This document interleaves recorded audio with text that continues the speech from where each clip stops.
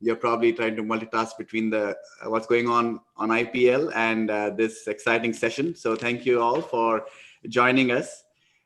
What I'll do is, as people are trickling in, let me quickly get a sense for who the audience is, because that will also help our speakers here better frame the questions and the answers, right? So I want to understand the context, the background that people have on this topic. So just a quick check, and you can answer your questions on the YouTube chat here. I just want to get a sense for the familiarity with data science, with AI that people have. Could you just give me a quick answer? Type in 1 there if you are a complete novice. You are, you just trying to get your toe into the water, trying to understand what this AI is, what data science is. So just put 1 there, right? But put 2 if you are somewhat proficient. You've been reading up about stuff. You are just have been soaking in a lot of information about AI. In which case, just say 2.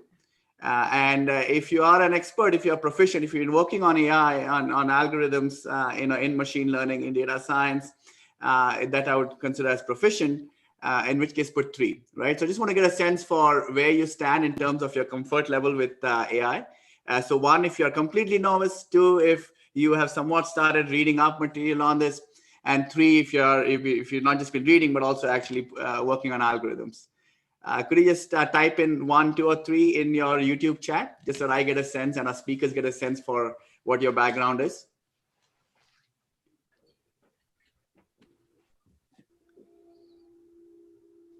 Okay, so I think answers are coming in. And give me a minute here. We'll just take a look at what people are typing in on the YouTube chat.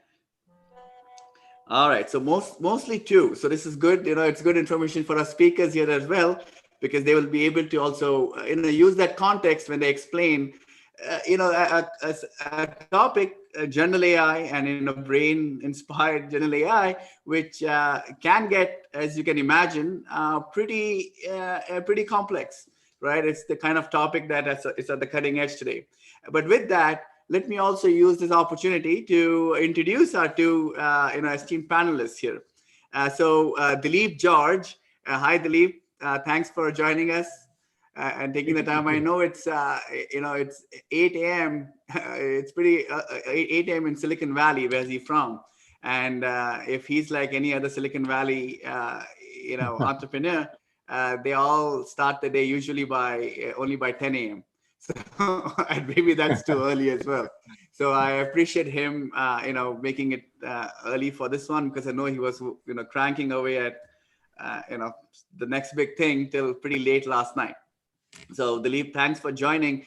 Just to give a quick intro to all of you about Dileep. So Dileep, he spent many years in this field of AI. He's probably one of the foremost experts, especially around that intersection of looking at the brain, right? How the brain functions, and trying to bring those models into everything that we know of AI, or AI as we know it. And that also touches upon an interesting field, which is called as general AI, right? And there's a subtle difference between a lot of practical AI that we are right now using, that we are seeing already in our daily lives, and a more general AI, which is often considered the holy grail of AI. So Dileep is one of the foremost experts in that, and this would be a great session to pick his brain on how brain inspires AI. He is a PhD from Stanford. I know him actually all the way back from IIT Bombay, where he graduated, and just an amazing guy. He's he has a long list of startups and entrepreneurial initiatives, many patents. I think I lost count, north of 20 plus patents in this field that he helps spearhead. Just looking forward to hearing from him today. So Dileep, welcome. Thank you, Milind. Great to be here. Yep. And we have Professor Kumar Muthuraman. Many of you would know him because I know that many of you are also our graduates and people who learn from our programs. When I say our, it's Great Learnings programs, which we do in collaboration with UT Austin. Professor Kumar Muthuraman, he's a professor at UT Austin. He's also the director of the Center for AI and Analytics and Transformative Technologies.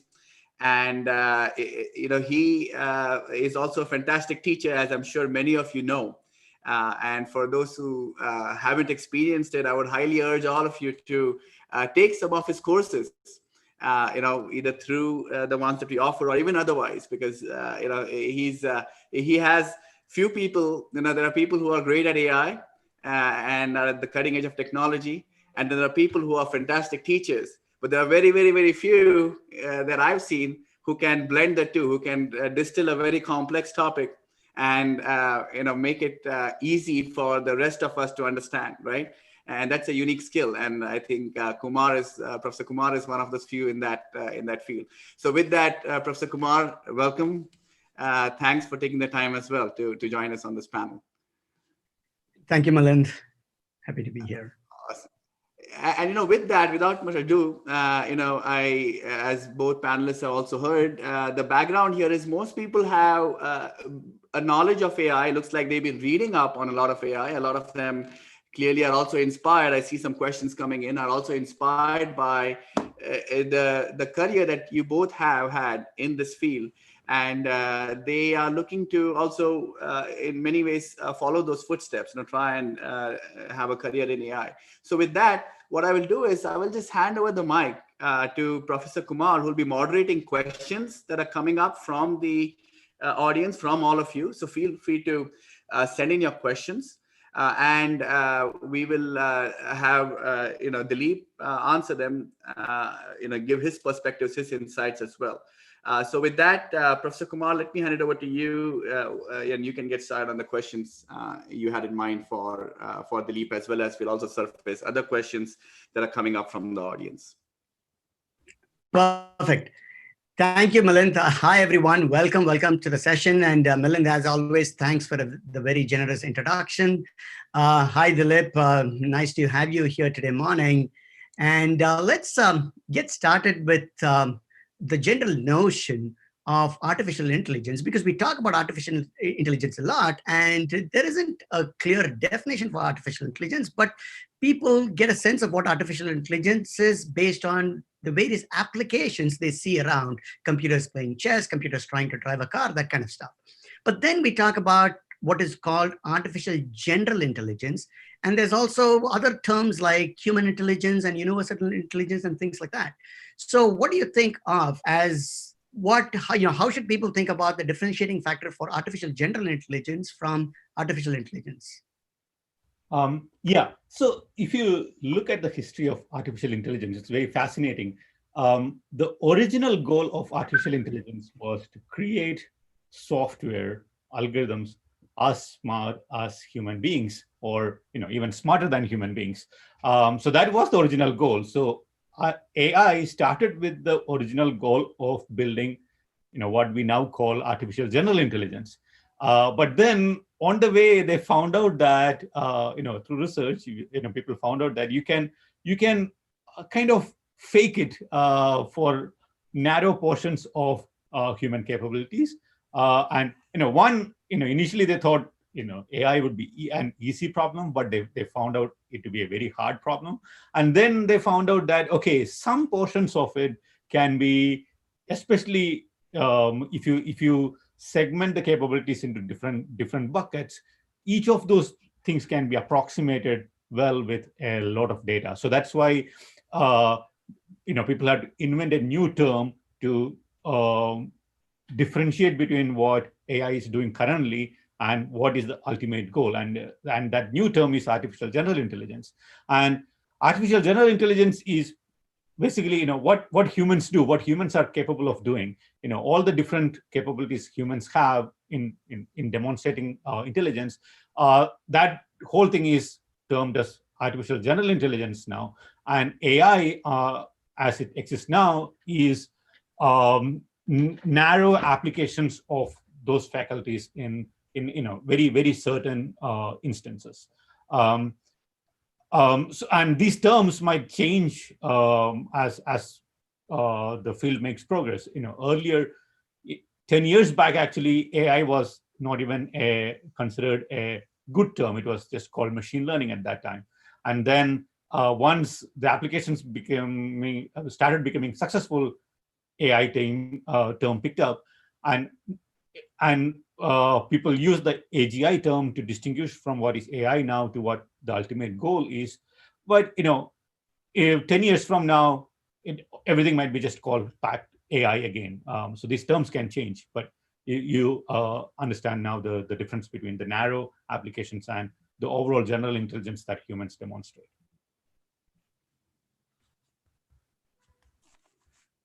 Kumar, you are muted. Okay, thank you, Dileep. Let's think through this right now, right? People think of the direction in which we are headed as a direction in which we can accomplish AGI or better and better intelligence as we go forward. And the reason people think this is because they understand that, hey, the brain is made up of neural networks, as we've been told, and we are creating what is called artificial neural networks. And therefore, if we stick on the same path, it sounds like we are doing better and better and becoming closer and closer to the brain. Are we, or is the way the brain works fundamentally quite different from the way we are building these artificial neural networks, which seem to be doing some of what a human does? Yeah, that's a very good question. Although we use the term artificial neural networks and use the term neurons, the neurons that we use and the structure, the way in which we structure these networks are very different from the neurons in the brain and how the brain is structured. So I can take it up is multiple stages. One is what is an artificial neural network? What does an artificial neural network do, and how is it different from what the brain is trying doing? So artificial neural networks are function approximators. So you can think of them as, okay, here is some input data, and here is my target function. So you want to make a mapping from the input data to target function. So the input data can be images, for example, and you want to find out whether it is a male or a female in the image. So it's a mapping from input image to a male or female classification, or it could be the name of the person in the image. It could be the name of the objects in the image. So these are all function mapping. So and the way neural networks are trained is you collect a bunch of data, and then you have the target function, that's a supervision, and you train this network, which is you have a network which is just initialized randomly, which is giving random answers initially, and then you train to adapt the weights of those network so that it starts giving the correct answer. And this is done using gradient descent, and with enough training, it starts giving the right answers, and also it generalizes to images which are of the same kind. So if you give a new picture which roughly looks like the old picture, it will still give the right answer. So this is how neural networks work. So it is a function approximation engine. Humans are doing something fundamentally different. We are not looking at function approximation per se. What we are doing is we are building models of the world. So it is not just a model for a particular task. We are generic model builders of the world. Yeah, we can use we can do particular tasks, but that is almost always based on a more general model that we are building. So think of a neural network which is trained on, let's say, classifying faces. That particular neural network cannot now answer the question in that image, where is the nose of the person, or is that person looking to the left or to the right? Is that person thin or fat? Now, if you want to do that, you need to now train again for those particular queries. So neural networks are trained for mostly the queries that we are interested in, whereas humans build generic models, and you can then ask questions that you did not think of during the training time. And being able to build this generic models of the world, and I would even go a step further and say build causal generative models of the world. We are not just building function fitting models of the world. We are building causal generative models of the world. These terms have meaning there. Like, causal means we can understand the world in terms of cause and effect, and we can also understand the world from we can close our eyes and run simulations in our mind. So I can basically think what would happen if say an object fell and rolled off my table, so if I have a glass of water here and I knocked it off, what will happen? Will the paper get wet? So those kinds of things we can simulate in our brain, and we can simulate them to whatever detail is needed in the appropriate context. So this context aware simulations in the brain, that is something our neural networks cannot do. The AI neural networks cannot do at this time point, and that's because the neural networks are learning to answer very specific queries rather than building generic models that can be used for running different simulations in the brain according to what is needed. So I would say that's the core difference between what AI is doing now, ANNs are doing now, and what brains are doing. And how do this difference, how do you see this difference in the brain is structured?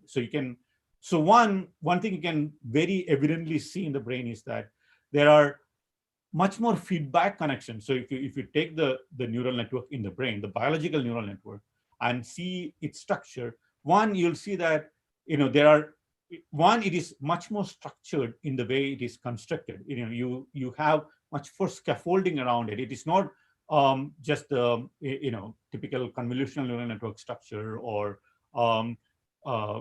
many of the other neural networks, transformer structure or something like that we see in which are all feed forward neural networks. So that means input comes in and it goes layer 1 processing, layer 2 processing to the target function.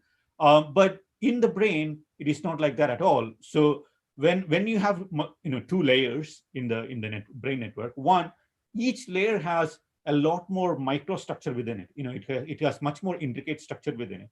And not only that, when a layer connects to the second layer, the second layer connects back. In fact, there are more feedback connections than feed forward connections. And what are these feedback connections doing? These feedback connections are in the generative direction. So we understand the world in terms of running our model of the world backwards. So we are always projecting our model of the world into what we are seeing, and then we are reinterpreting what we are seeing based on our generations. So that's why the feedback connections exist.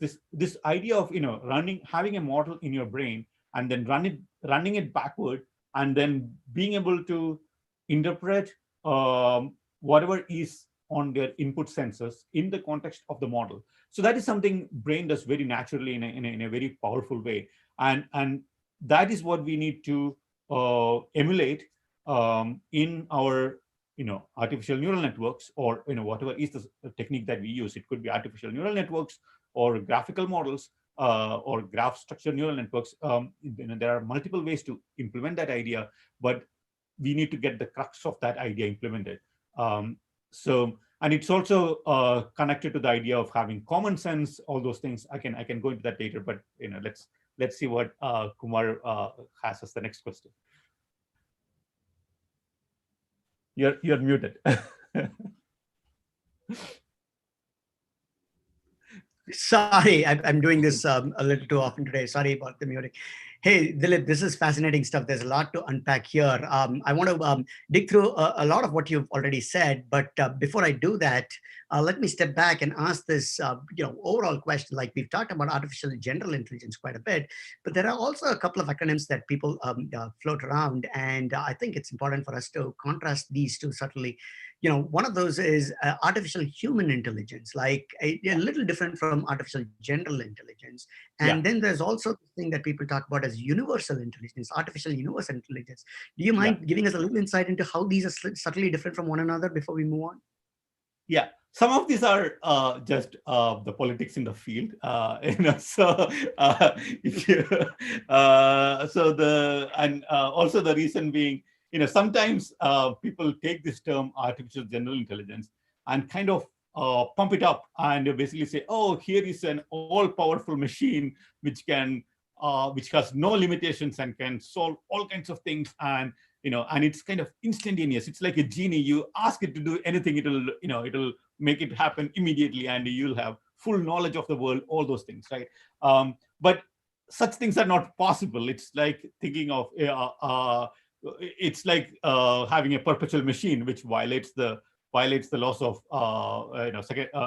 thermodynamics. So such constructs, they're a completely powerful agent which can instantaneously solve things with no limitations, no physical limitations. I just put it into a bucket called artificial universal intelligence, which cannot be, it doesn't exist, cannot be built, but you can think about something like that. In reality, there are limitations, right? Human intelligence has its limitations. Like world modeling has its limitations, and it's always a trade-off. And this trade-off can be understood in terms of what we all know about this theorem called the no freelance theorem. Not everybody might know about this, but there is a fundamental theorem in search and modeling the data, or machine learning. It's called the no freelance theorem, and the no freelance theorem basically says that you cannot achieve two things at the same time. You cannot have an algorithm which doesn't make any assumptions about the world, and at the same time also learns fast. So if an algorithm learns fast and is very efficient in a domain, on a problem, it's because that algorithm makes assumptions which are suitable for that problem. And if you do not make assumptions, then the learning will be slow. So you cannot have an a system or an intelligence which is simultaneously just extremely fast at learning, and also simultaneously doesn't make any assumptions about what it is learning. Okay, so this is the no freelance theorem.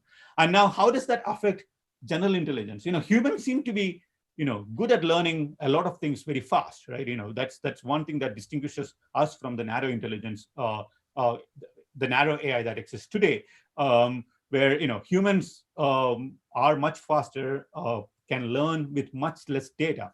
So how do we resolve this difference? How do we, why are humans so fast? How can they learn so quickly compared to the other agents, while also being general? And the reason is that humans' generality is still limited to a domain. Like, what is what we call vision, hearing, language. All of those things still fall into one bucket, and all of them have some commonalities. Vision is not that different from audition, and it's not that different from language. They all have some shared statistical structure, and that is the thing that that's a domain that we are good at. Outside that domain, we are not good at things. So I can give you an example. If I take a deep neural network and train it to classify QR codes, the deep neural network will become really good at it. It will become really good at classifying QR codes, or even just memorizing noise patterns. Deep neural networks can get very good at memorizing noise patterns. Ask a human to do it? No, we won't be very good at classifying QR codes just by a snapshot. We can try to train a human for a long time, still will be very bad at classifying QR codes in a single snapshot. We can derive an algorithm to just go one by one and do that, but not in a visual way. And why is that reason? Because QR codes fall outside the statistical structure that we are tuned for. It's not QR code is not a natural signal. Signals that occur naturally in the world have certain properties, and our visual system is tuned for those properties. But it looks general because it's a very broad class. Anything that is a room, or anything that is forest, real objects in the world, etc. We can easily recognize, and it's an amazing power. But it is still a domain. anything that goes out of the domain that we can't solve. So so that's what I mean by the the limitations of a general intelligence. It is still limited to a domain. Now AHI, what people call some people, because some people in the field misuse the term AGI to often mean this unlimited intelligence without any domain restriction. People started inventing this term called AHI, which is basically saying artificial human intelligence, because we know that human intelligence has limitations. And but then that term also can be confusing, because now, do you want to put all the limitations of human intelligence into it? Because we have limitations regarding our working memory capacity, and that is not an absolute limitation. That is because our human evolution, the hardware constraints of making our head fit through through the birth canal imposes some limitations on the amount of hardware we can have, so those limitations do not need to be there in a general intelligence engine that we build. Or we can also have a Neuralink kind of thing directly wired into an artificial brain. If you build an artificial brain, it can be directly connected to Google search. There is no limitation there. So there is no when you build a human-like intelligence, there is you can remove some of these arbitrary limitations that evolution imposed on us. And so it will be, so in my mind, yes, human-like intelligence we can think about, but we can never build it, because you don't want to replicate all the limitations of human intelligence exactly in the system that you build. So whatever we build based on human intelligence principles will be in some ways more general than human intelligence in many ways, and that's why I like the term artificial general intelligence more than artificial human-like intelligence, because what is human-like is very, very hard to put your put a tight definition around. Hopefully that was not too long. No. This was perfect, and I've made sure that I haven't muted my microphone again. Staying on this theme of trying to understand the difference between the brain and the artificial neural networks that we see implemented over and over again, I'm curious about this QR code example that you've set. Now, thinking through it, yes, humans are going to be terrible at recognizing or interpreting. The moment you show me a QR code and then you flash another QR code, I might not be able to even tell you whether it's the same one or a different one. Understandable. Yeah. But that problem sounds very similar in some sense to the face recognition problem. And if you show me a face and you flash a couple of minutes later, you show me the same face, I would be able to tell you if it's the same person or not. So is it possible that our incapability to recognize QR codes is just a function of our young brain not being trained enough? Because when the child is born, they see a lot of faces 24/7 all the time they're awake, but they don't see QR codes. Maybe if we switch that and show QR codes all the time to a baby, maybe the baby, do you think it's possible the baby recognizes QR codes much faster than it can recognize faces? I doubt so. I don't think so. So one, humans learn about faces much faster than our AI systems do. Yes, we are trained on, by the time a baby reaches 5 years old, let's say, or let's say 3 years old, how many different faces have they seen? It's not millions. It's maybe a couple of hundreds in the best case, right? That's the different faces. The same people they might be seeing from different angles, etc. But it's still much less compared to what the number of images that are used to train deep neural networks. So even on the faces thing, the learning rate on artificial neural networks is way slower compared to what is how babies learn. And I would say babies will learn much faster on faces compared to QR codes. whereas artificial networks will not have any differentiation between them. They will treat both those class of patterns as the same thing, and this is connected to the idea of no-feelings theorem, basically saying the neural networks that we are using to train for recognizing faces or objects, they are not building in too many assumptions in them. They are not building in enough biases in them. Bias is the term, is a technical term. It is not. It's not the. Okay, I will use the term assumptions. The neural network is not building in any enough assumptions about them, about the data it is trying to model, and that's why it is being able to model QR codes and faces in the same way. Now, but then it will be slower on both of those.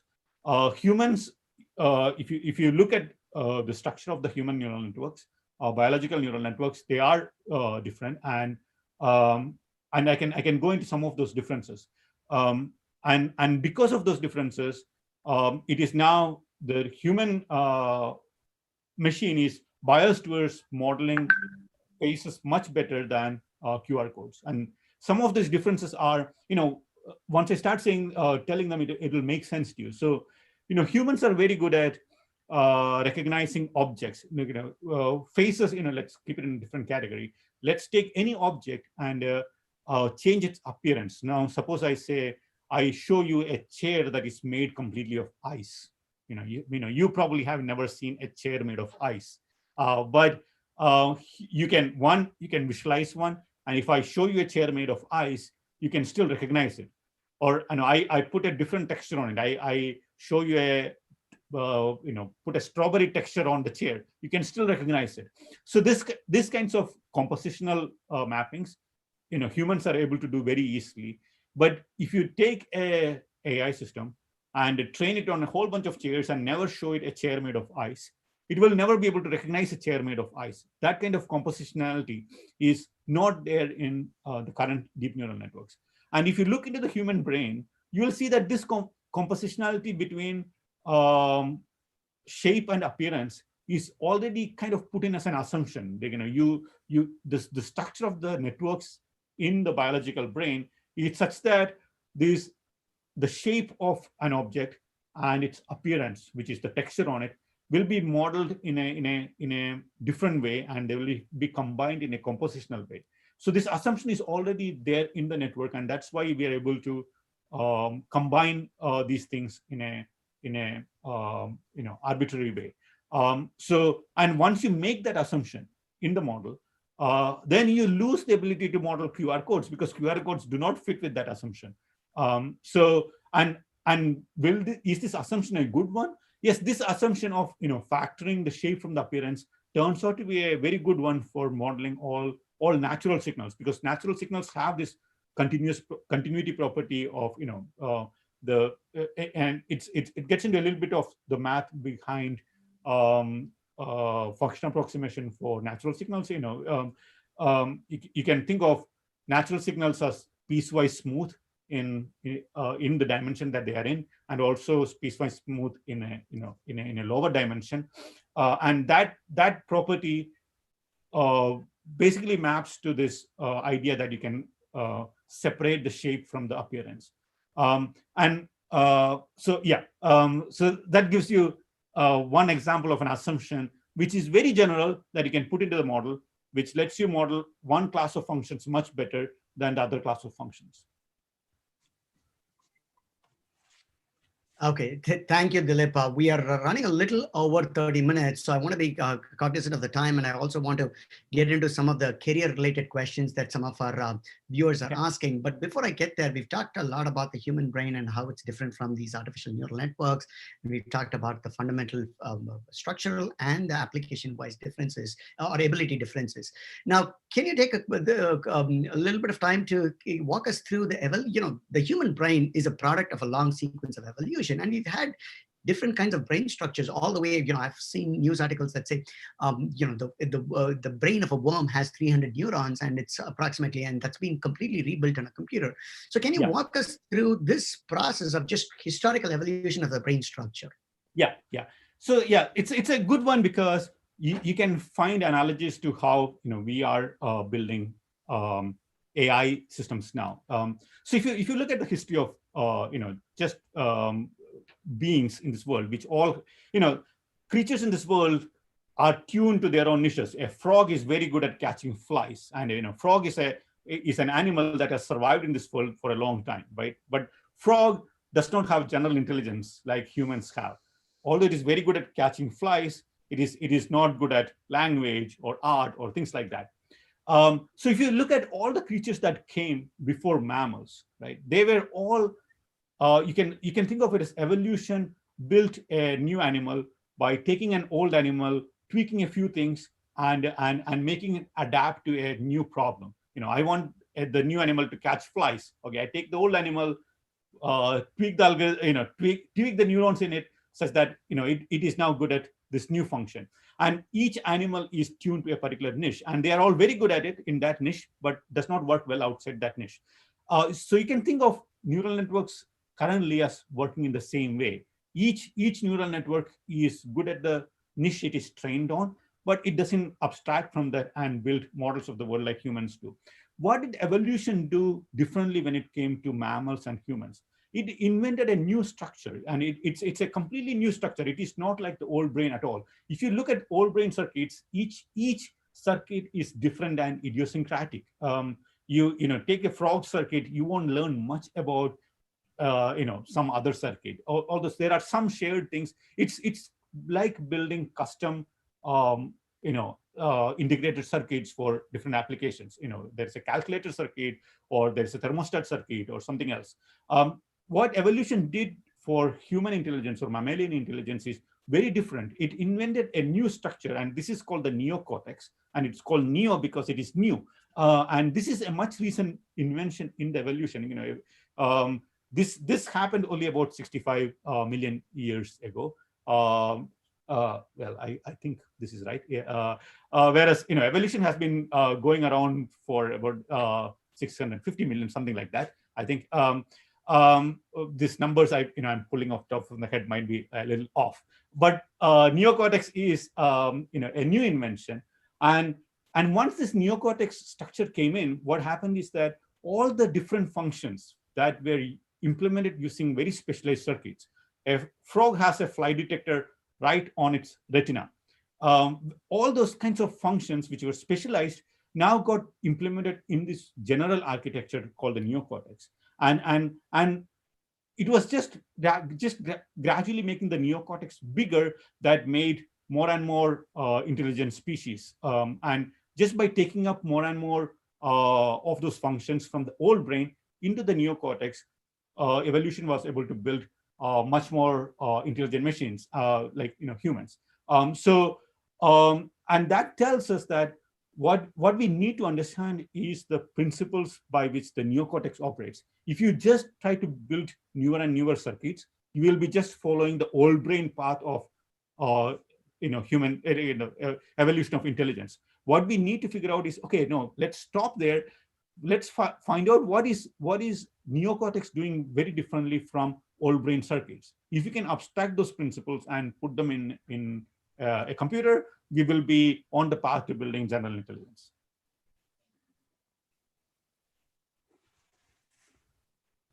Good. So I'm going to pivot a little to some of the questions that have been coming in. So let me go with the first questions on the topic, and then we'll move on to some of the career questions in a minute. So let's begin with, so Robert Gomez is asking, sorry, I'm scanning the wrong question.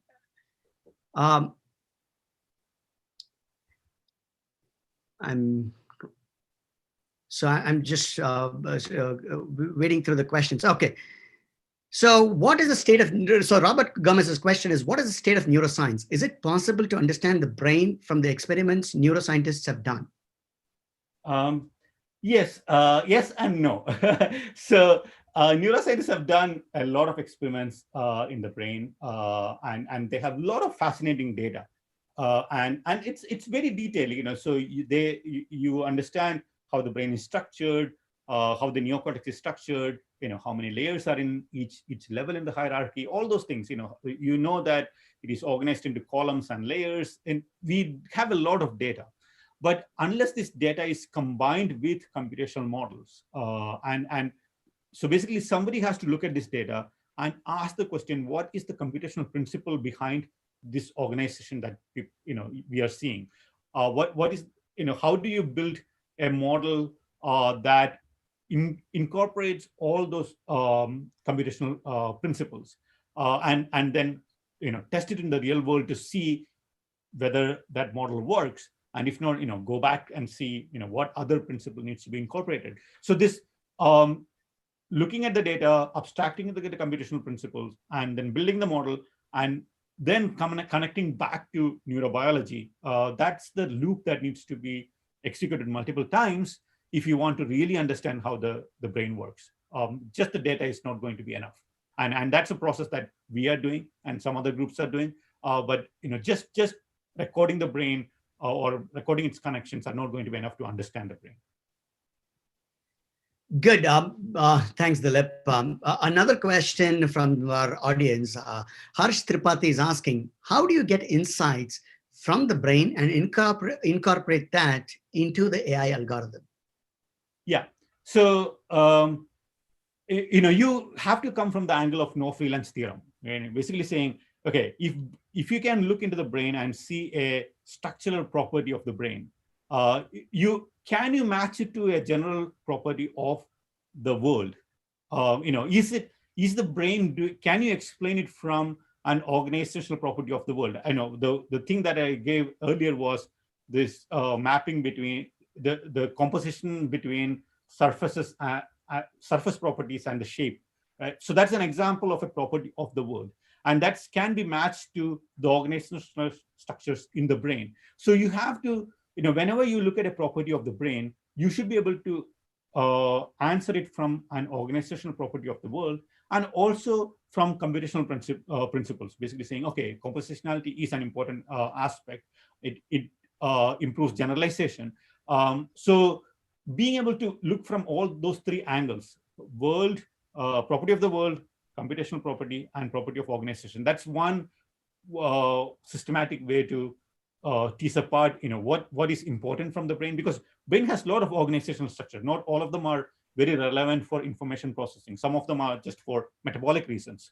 So you don't want to be it's not like when you look at if you want to reverse engineer a computer, yes, you can spend a lot of time reverse engineering the heat sink, but that's not where the processing is happening, right? So you don't want to be distracted by those properties. You want to get the properties relevant for information processing, and looking at all these three things at the same time can help with that.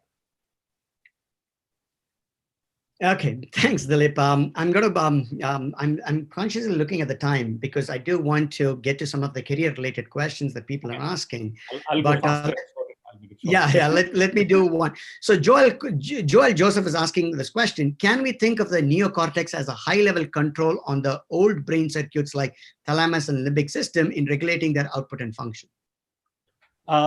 No, because that won't be sufficient, because you need to, the limbic system, etc., are more like reactive systems. You have stimulus, you have the response, and it goes all the way into your spinal cord. Stimulus comes in, this is the response. You need to be able to build just being able to control them is not going to be enough, because you need to be able to build detailed models of the world to be able to control them. You need to be able to close off from the world. You need to be able to close off and think in your mind by simulating the world. And so to do that, you need to build models inside the neocortex. So just controlling the whole brain is not enough. Okay. So one last quick question about the brain itself. So Bhavanesh is asking, how does the concept of the mind fit into the framework of artificial neural networks, if you will? Yes, so this comes to world model building and how you can run models, without input. And mind is basically being able to, and this is why we named our company Vicarious, being able to cut off from the world, and being able to run simulations in your without input from the world. That's what we call mind. And so that needs model building. And yeah, the current neural networks do not have that capability. It's mindless. Yeah. Perfect. So before we move on to the career questions, one of my, so here's this question, right? Do we really need artificial general intelligence? Because we keep talking about all these science fiction scenarios where the computers or robots take over the world. And the way you're describing it to us right now, we have zero risk with artificial intelligence. But that risk is actually pretty high if we start talking about artificial general intelligence. So the question is, do we really need it? Yeah, actually, I would say it is flipped, and I will say why it is needed. So take any task that humans do, right? We are doing these tasks right now in the factories floors, right? Using our robots, going to an assembly line.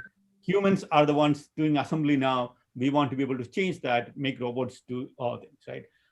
This is amazingly hard. If you want it to be done as to the generality of humans are able to do, it's amazingly hard. And the reason is that, when you try to do things, when you try to pick up things and put them together, there are so many things that go wrong in between. When I pick up one thing, two things might come with it. Now I need to take it apart. Currently the way is that if I don't tell the robot, if I don't teach it upfront how to take those two things apart, and if I don't have the right grippers for taking them apart, it will fail when the two things are picked up, right? Now, if I teach it for two things, now suppose once a third thing comes along with the object, it will be stuck. Humans will still be able to adapt to it. If I pick up one thing and something drops on the floor, humans will still be able to adapt to it. So all these variations of how a task can be done actually happen in the real world. And when you try to implement something in the real world, you'll encounter all these problems. And if you do not have general intelligence, you'll always be patching those problems. You'll be making point solutions to those problems, and there will be a never-ending long tail of problems to be solved. And this is why self-driving cars have been, promised for the last 10 years. It's just not there yet because we are patching every little problem that comes in. Whereas, a human, based on their model building, will be able to attack that problem in a much more elegant way rather than trying to patch every problem. And that's why general intelligence is required. And it will be safer than the narrow intelligence because it will have common sense. And the narrow intelligence things that we are building, we will, when a new situation comes in, you have to patch it because it hasn't, encountered that situations. Whereas humans will be able to use this model building capability and have this idea called common sense to be able to deal with that situation. So that's why I would say if you build AGI, that will actually be safer than building narrow intelligence with a lot of patches. Perfect. Thank you, Dileep. So let's pivot to some of the career-related questions that are coming in.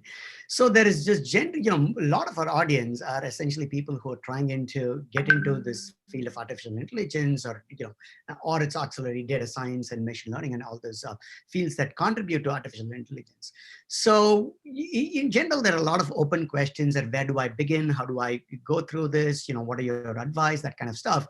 And let me ask you that question. And we also have Milind from Great Learning. He can also chime in terms of his thoughts and what Great Learning, the kinds of things Great Learning is working on to enable students to get a better entry into this area. So let's start with your thoughts on your general advices. What do you think of as the way the field is evolving? Anything you want to throw light on in terms of career advice? Yeah. So I think training in computer science ideas and electrical engineering ideas would go a long way for getting into artificial intelligence. I'm trained in electrical engineering, and so many of the core concepts required for understanding AI are taught in both CS curriculum and EE curriculum, and you can't go wrong taking, but there are many other ways to get into. You can be taking pretty much any engineering discipline, and they all, because many of these concepts actually overlap, right? Because we are using AI is using concepts which are actually discovered in physics, which is statistical mechanics, variational inference. These are all things that were discovered in physics. So if you're taking physics or physics classes or electrical engineering classes or pretty much any engineering discipline will teach the basics required for understanding AI. That's my take. Good. Milind, you want to chime in? Yeah, no, I absolutely agree. Having that basic fundamental training, that foundations, which are rooted in the basic sciences that, anyone who has either an engineering or a science background probably has, the basic foundations of statistics, being able to understand linear algebra. So there are those foundations, and to Dileep's point, being able to start with those foundations sets up a good base for you to start building these various AI models, learning AI. And what I would chime in, the only thing I would add there, and this is again coming from our own experience, is we've been helping people build these very foundations. Start with, if they don't have it, help them learn these foundational knowledge of statistics, of linear algebra, matrix algebra, and so on. But something else that we've seen is the idea of learning by doing. And I think here I would try to borrow a lot of concepts that Dileep brought up around how, even someone like how humans learn, right? There is the part where they observe, there is a certain foundation, that certain assumptions that they made, which is what we teach. But then you eventually end up learning only by doing. And that's a big emphasis that we do, which is you learn from faculty such as Professor Kumar and his team, who teach the foundational knowledge. But then, we make you roll up your sleeves and apply that very concept in a real life project, right? And across a wide swath of industries. So you learn, then that very weekend we make you apply it. And then we have these industry practitioners, folks like Dileep, who are working in the industry, who will assess it and then give you feedback. So this learn, apply, assess, and then you again learn, apply, assess week after week is what we believe truly makes you, internalize these concepts and learn and get you prepared for a career in AI. Good. Thank you, Milind. Thank you, Dileep. We have a few more minutes. I want to think through this a little better, right? So in terms of the career in AI. So Dileep, if you go back and, I'm just thinking through this a lot. If you go back and rewind through the history of science, am I right in saying most of the times before, we allowed the fundamental science to be developed in the academic world, the research world, and the applied part of that has always been contributed by the industry. But to me, it sounds like, or seems like we are in a new age where, at least in the concept in AI, we see large industries like, large companies like Google and Facebook contributing a lot to fundamental research. And now, even newer is your company like Vicarious, which is a classical startup, but now contributing to fundamental science. Yeah. Is this a shift that is specific only to AI, or is this a fundamental shift in the way science progresses? And what is the impact of all of this shift to people who are looking for jobs in the AI space? Yeah, so I don't think it is a fundamental shift. It has happened before. So if you look at semiconductors, right? So if you go back to the birth of Silicon Valley, where it was based on transistors, and William Shockley moved here. He was the Nobel Prize winner for building transistors, and so he started a startup in the Valley, right? And then there was the other startup that came along. I forgot its name, but they were all doing actually research in the industry at that time, so they were doing with fundamental semiconductor issues, but and they were startups, and they were solving research problems, but in the context of making integrated circuits and semiconductors practical. And then, of course, there are waves. When during the dot-com time, I would say, yeah, it was a lot about applying things, or during the social media time, there were lots of companies that are based on just building great products. But all the time there is this, there are companies which do research as part of the building the product, and that's by necessity that is needed for some disciplines. If you are in biotech, that is what you do. So I think that always existed. So it's not, I don't think of it as a fundamental shift. Even in my own experience, when I came into Stanford, I came to do wireless communications. That was what what my research goal was at that time. But when I came in, I understood that, okay, a lot of cool things in the wireless is actually happening in the industry, because Qualcomm and other companies were doing the cool things. There were some academic research to be done in terms of clearing some channel capacity theorems, but a lot of cool research was actually being done in the industry at that time in wireless. And I would say it's the same thing happening in AI, because there are lots of applications. Any new advancement, you can make money out of it. And that's why, that a lot of that research is happening now in the industry. And it will happen for other disciplines too. And it will also flip back sometimes, when it saturates, it will flip, some of this will flip back to academia and then again come back. So I think it's not specific to AI, it's a cycle that happens with many things. That's my take. Thanks, Dileep. I'm pivoting to some of the, again, going to some of the questions that students are asking. There's this general theme that of people who say, hey, what's the kind of background in specific? There's this, Emina from Turkey is asking that she wants to study cognitive. Okay, so the question is general. I don't have a math background, but I have some relevant backgrounds like psychology or neuroscience or things like that. But how difficult, or is it even advisable that I can contribute to the AI field if my math foundation is not as good as somebody with a computer science or electrical engineering background?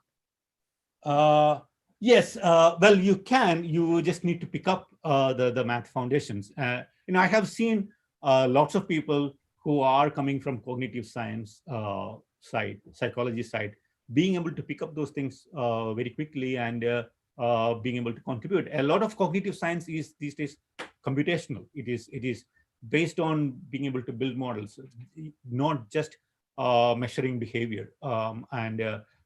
So if you pay attention to that part of cognitive science, it starts becoming AI very quickly.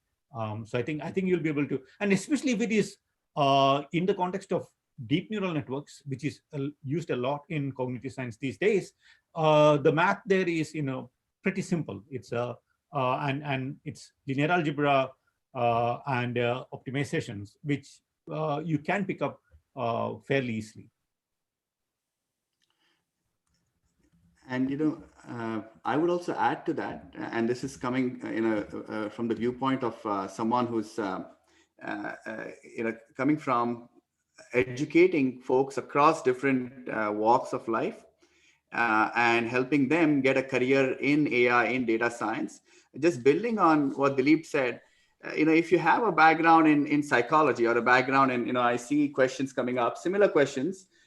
So Monish is saying, he has a background in air traffic systems. Robert is saying, I have a background in hospitality. So, Devesh is saying, I have a background in the IT space. And is this a career for me, right? And from the vantage point that I have, and prior to Great Learning, I used to also head the product for a company that was focused on AI as a service, software as a service, providing AI products. And my opinion is, actually, if you have a background in a certain space, that's a good thing. Because now, you have that domain expertise and the problems in that space. And as Dileep said, if you can match that with the mathematical skills, with the thinking that you need to use these AI tools, right? If you can bring these two together, that makes for a very unique combination, right? You have folks who are experts in AI, who spend their lifetime in coming up with the best possible machine learning algorithm, but they don't have what you have, which is the domain expertise. Just to give you as a case in point, we have a graduate actually from this very program that Professor Kumar teaches, with the program on AI, machine learning, for business applications that is being taught by UT Austin in collaboration with Great Learning. One of the students was a public policy student. And she went on to help figure out what's the right policy for reducing the amount of pollution in New Delhi, right? Many of you who are from New Delhi might know about this the scheme that was put at one point around having different cars, right? On certain days, we'll have the cars with an odd number license plate. On certain days, we'll have some other cars on the road. And she was able to look at it from a machine learning perspective, crunch the numbers, and help advise the government on what was the optimal way to do it, right?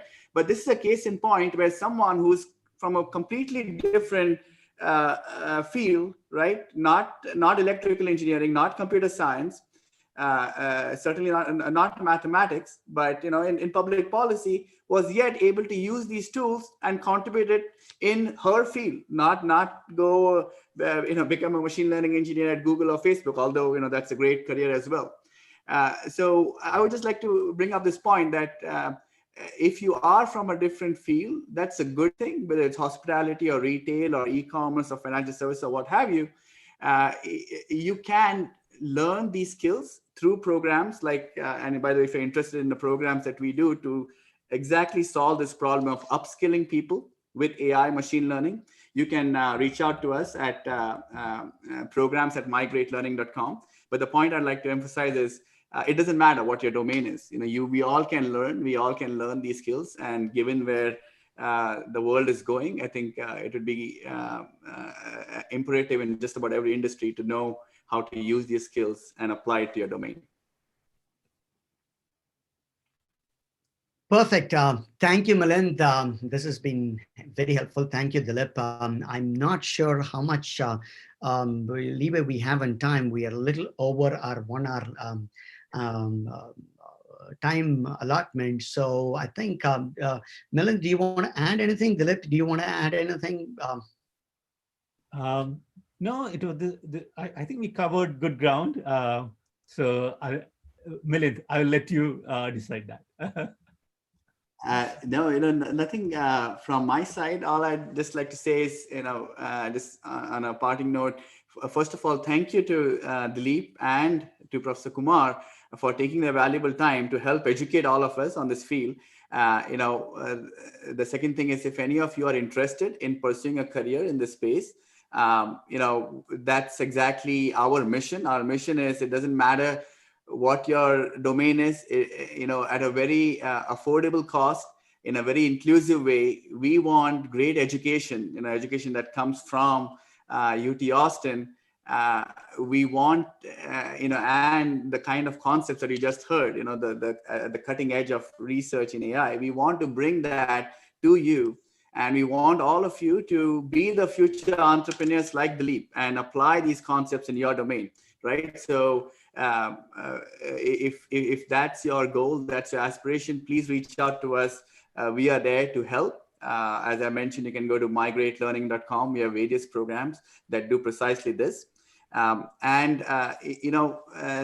Just wanted to say again, thanks for everything, Dileep and Professor Kumar. This was very enlightening. I'm definitely now inspired to go deeper. There's no end to learning, right? And I am very inspired to learn more about how the brain works. And it's just the very fact that you are able to link the two, how brains work and how machines work, and bring the commonalities in that itself is fascinating to me, right? You would never imagine that. But thanks for enlightening us on that one. So with that, I would like to thank everyone for joining us, and look forward to future sessions. Thank you both again, Dileep and Professor Kumar. Thanks, Kumar. Thanks, Milind. Thanks, Milind, for the invitation. And Dileep, as always, thank you. Thanks a lot for your time and the thoughts you've shared with us today morning. Bye now.